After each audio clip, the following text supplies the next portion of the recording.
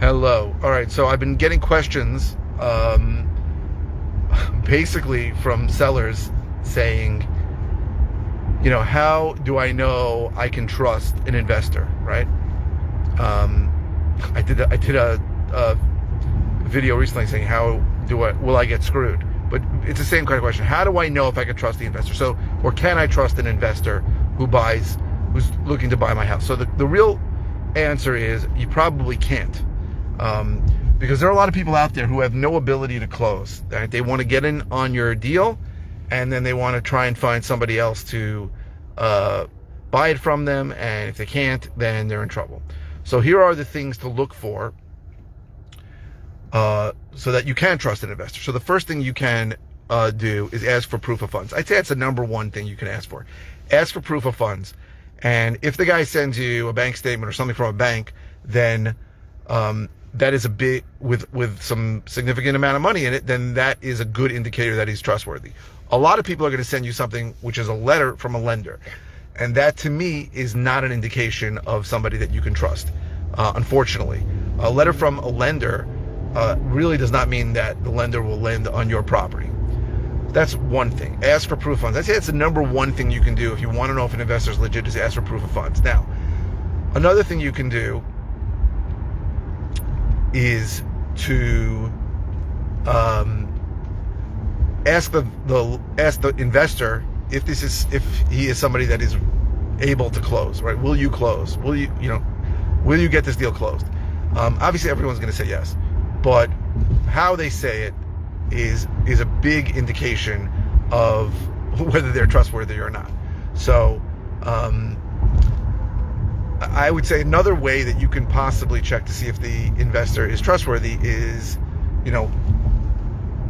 is he able? Well, I'm one of the few people. I mean, obviously, I'm biased when I give this answer, but is he a licensed real estate broker also? Now, why is that important? So here's the truth, right? The truth is that 90% on average in any given market, 90% of the houses that sell in any given market are going to sell on market, are going to get listed with an agent. About 10% are going to sell off market. So that's either to an investor. Most of the time it's to an investor. It might be to a neighbor or a family member, but most of the time it's to an investor. So the question is this investor able to do what's in your best interest? So I've told hundreds of people that I've gone to, you should not sell your house to an investor. You should list it, and I'll be happy to list it with you, or you can list it with anybody else, right? Is that investor working in your best interests or in their best interests? Another thing to look for with an investor is,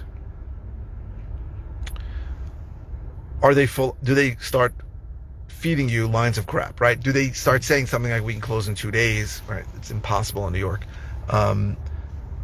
Things along those lines, right? Are they being honest with you, or are they telling you things that seem like they're just telling you what you want to hear? Okay. Also, is the investor local in your area, right? Is he someone who has an office near you? Does he really understand your area? Or is this some guy from, Wichita, Kansas, who thinks that your property is going to be a bargain that he's going to get into, but he's never going to close on your property?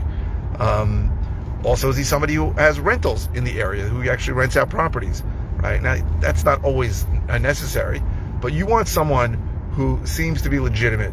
Does he have an actual office? Does this guy work out of his bathroom? Does he work out of a Starbucks? Does he have an office in an area near you? That's a big deal, right? A lot of guys don't, and the truth is there are a couple of guys who I know that are legitimate who don't have offices, but most guys who are legitimate do have offices. Now, if you're looking for a list of reputable people in Long Island, I'll give you the list. There's only 4 or 5 of us that are good people. Most people are full of crap, but I'm very happy if you're interested. I will send you a list of my competitors. I trust them. They're good people. They're not going to screw you. They're not going to give you one price and then change it. They're not going to say, sorry, we can't close. They're going to be okay, and they are able to close any deal that they go into contract on, okay? Also, does he have an attorney? Here, this is a big one.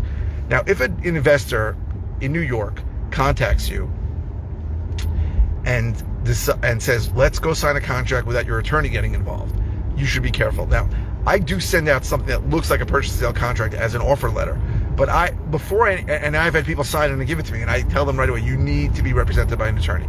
So if you have an investor that's telling you anything other than you need to be represented by an attorney, and in all honesty, I do have situations where the seller said I don't want to be represented by an attorney and have not used an attorney. But I am always pushing every seller to be represented by an attorney. If somebody is pushing you to either not be represented by an attorney or to use their attorney, who is not somebody who you're ever going to meet face to face because it'll save you some money, you should be very concerned that you are going to be in trouble. All right? Now, again, I'll say it again. I've had people tell me, please recommend an attorney, and I've recommended an attorney. I've had people who told me I will not use an attorney, and I've had not use an attorney. But I'm always the one suggesting that they do use an attorney, because that is the way transactions happen in New York. And if somebody is insinuating that they don't know that that's the way transactions happen in New York, or that in any way, shape, or form, they don't want you to actually meet with an attorney to discuss your situation, I would be very, very, very concerned that this is an investor that you cannot trust. Okay? What else is there? Oh, is he able to put down any kind of significant deposit, right? If a guy comes to you and says, I want to put down $100 on a deal in New York, I would be very weary that that's a guy who's not from New York and doesn't know how things work in New York. Now, how much the EMD, the earnest money deposit, is that's given on contract is a negotiation. But I very rarely give less than $5,000. So it's got to be a significant amount of money. And there should, listen, I'm not going to say a guy can't do it himself. I know a very good investor in New York who does this whole thing by himself with no team. So I'm not going to talk about whether does he have a team, does he have people working for him. I don't think that's so important. And the truth is, the office, I think of only one guy I know who doesn't have an office who's good. But the other things I told you are really, really important. So can he show proof of funds? That's very, very, very important. Is he located near where your house is? I'm not saying in the same city, but in the same county, or county one county over. I buy in Suffolk, but my office is in Nassau. But these are important things to know. Now, I'm not saying people can't be legitimate investors and be located far away or work out of their house. It's possible.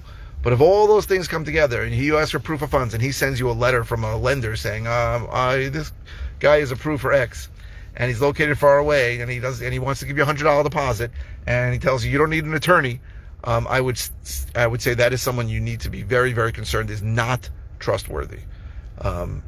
It could be, I could be wrong, but I would tell you that those are good ways that you can figure out if somebody is a legitimate investor who's really going to be able to close and do what they say they're going to do. There was definitely something else that I thought of that I forgot, and it's probably going to come to me the second I shut off this recording. Hopefully I can remember it before that. There was another way to really... It's not coming to me. But those are really good ways to check if an investor is legitimate. You could also ask him if he's done properties anywhere near you. Does he know the area? I just had someone call me about a property, and he pronounced it was for Amityville, which is on my way to Amityville now. And the guy goes, "Do you have anything for sale in Amityville?"